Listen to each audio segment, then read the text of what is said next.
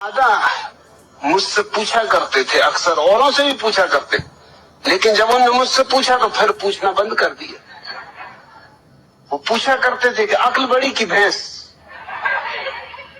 अब उनको कौन उत्तर दे? मुझसे एक दिन पूछ बैठे, मैंने कहा भैंस। उन्होंने कहा क्यों? मैंने कहा क्योंकि भैंस ये सवाल नहीं पूछती।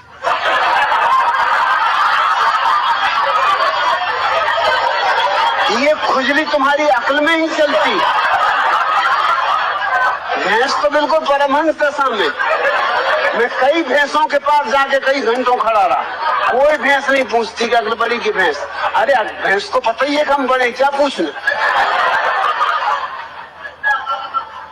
फिर उन्होंने नहीं पूछा। फिर मैं कई दफा उनसे पूछता था कि पूछो ना, अक्ल बड़ी की भैंस। कहते तू चुप रहे। वो मुझे कहीं नहीं ले जाते थे, वो बड़ा सत्संग करते थे, महात्माओं के पास जाते थे। वो जब भी जाए मैं बैठे ही रहता था कि आया मैं भी, कि नहीं तू ले जाना नहीं, तू कुछ ना कुछ उल्टी सीधी बात कह देगा। मैंने कहा उल्टी सीधी बातें तुम लोग करते हो, मैं सीधी सादी बात करता हूँ। अब तुम ये बात पूछते हो अक्ल बड़ी की भैंस, और मैंने सीधा उत्तर दे दिया कि भैंस, तो तुमको लगता है उल्टी सीधी बातें कर रहा हूँ। अरे आने तो, मैं भी तुम्हारे महात्माओं को जरा दिखाऊंगा। एक दफा मुझे ले गए, सिर्फ एक दफा ले गए।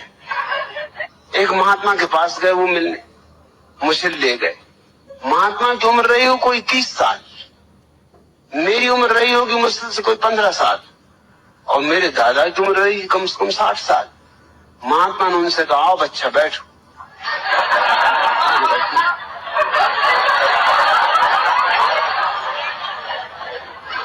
मेरे दादा ने मुझसे कहा तुम्हें कुछ पूछना तुम पहले ही पूछ लो, नहीं तो फिर गड़बड़ हो जाएगी, फिर मैं पूछ लूं।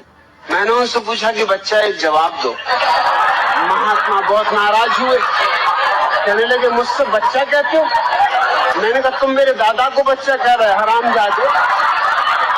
60 साल की उम्र के बूढ़े को बच्चा कह रहे हो। 30 साल के तुम हो, 15 साल का मैं हूं, तो कोई गणित में गलती कर रहा हूं? तुम बच्चा नहीं महाबच्चा हो। मेरे दादा ने मुझे फौरन बाहर निकाला, तू जा भैया, तू घर जाओ, कभी मेरे साथ मत आना। क्या बातें पूछ रहे हो? सृष्टि को किसने बनाया? जान भी लोगे तो क्या करोगे? क्या फिर से बनाना है?